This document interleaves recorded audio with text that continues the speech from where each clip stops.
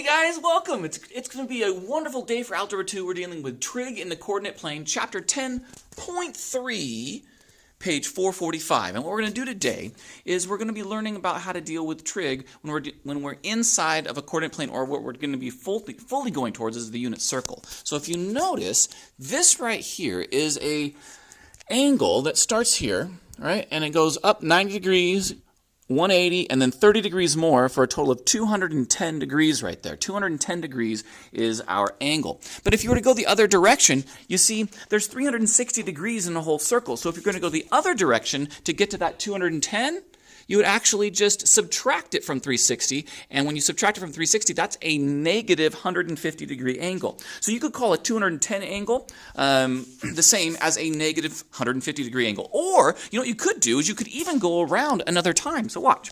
If you go all the way this way, that's 210 degrees. If you kept going another 360 degrees, then you could take 210 and add 360 to it, and you're going to end up with 570 degrees. That's the same thing as my 210, meaning that these things are called coterminal angles. You can go around in a circle and around in a circle and around in a circle, and you come back to the same angle, same angle, same angle. Just keep adding 360 to it. So what we're going to do is we're going to take this angle and start kind of figuring out some sine, cosine, and tangent. But follow me, because I got to go show you over here. Come follow me. This wonderful poster in the back of the room.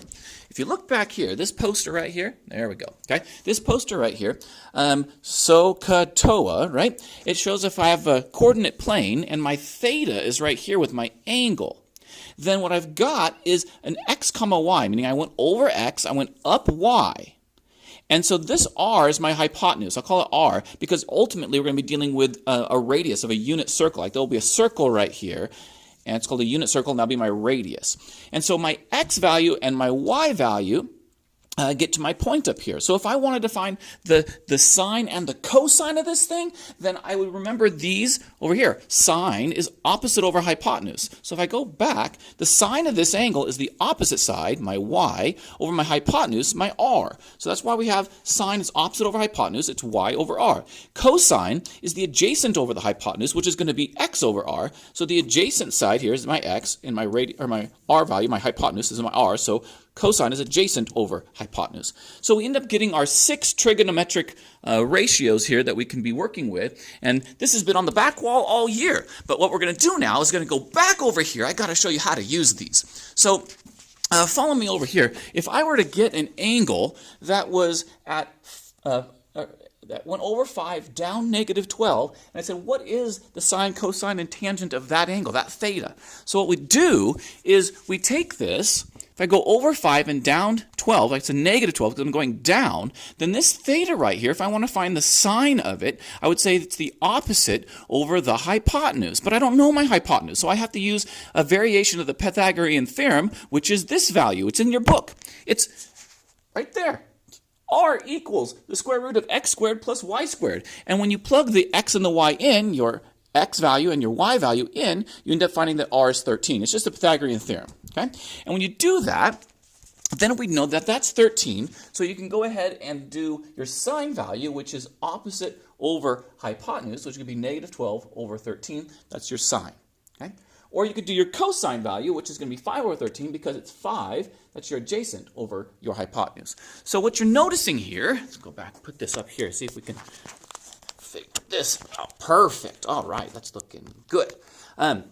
What you're noticing here is you'll be able to use your trig values on your coordinate plane. And so if you notice, we always have to deal with what's called a reference angle. The reference angle is when you open up an angle, it always goes straight back to the x-axis. Okay? So if I open up an angle bigger, like this angle over here, is opened up all the way over here, but I went back to the x-axis. However you can return to the x-axis, that's your reference angle. So open it up all the way to there, and then just go straight back to your x-axis on that side, or open it up here, go straight back to your x-axis there, or go all the way around, and it goes, it's the fastest way to get to your x-axis, that's your reference angle. So if I open up a 45 degree angle, then I can use my trig functions because we know our 30, 60, 90 triangles, and we know our 45, 45, 90 triangles. That is to say, little hint here, if you can get a 30 degree angle, a 60 degree angle, or a 45 degree angle, you can solve your trig really easy with all the trig that we know so far. So down here, even though this is a 330 degree angle, we went backwards the other way. It's 30 degrees from 360. I could go all the way around for 360. But I stop right there, which means this distance has to be 30. All right? If that's 330 all the way around to there, then 30 more would give me 360 for a whole circle. So I create a reference angle that is 30 degrees right there, and I can start using my trig. Same thing here. We go back to our original problem, which was 210 degrees. 210 degrees goes all the way to here. But I don't want to deal with 210 degrees, so I look for a reference angle. I go straight back up, and my reference angle makes a little triangle. My 30, 60, 90 triangle makes a 30-degree reference angle. I can start using my trig because I know sine, cosine, tangent, and stuff like that. I have a 30-degree angle. But notice, my triangle is negative here. I traveled the square root of 3, but it's in the negative direction. I traveled down 1, but it's in the negative direction. That's why they're negative there.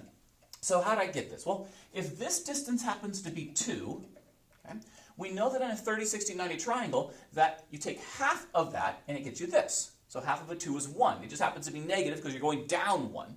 Right? And then you take your small leg, right? You double it to get your hypotenuse, or you multiply by the square root of 3 to get your long leg. So these values out here, they're always the same on a 30, 60, 90 triangle, the same ratios. So what we can do is we can say the sine of 210, this angle that's 90 degrees, 180 degrees, and then 30 degrees more than that, that's 210 degrees. The sine of that would be the opposite over the hypotenuse, negative 1 over 2.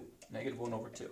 And the cosine of that would be the adjacent side over the hypotenuse. The negative square root of 3 all over 2. And then the tangent would be the opposite over the adjacent, but you can't have, the negatives will cancel, but you can't have the square root of 3 on the denominator. So when you rationalize the denominator, you end up getting this. So you can take all of your angles and you can find the reference angle. And the reference angle for our purposes will always be a 30, a 60, or a 45-degree angle, and you can use your trig functions that we learned from the last chapters. And that's all I got. Blending out!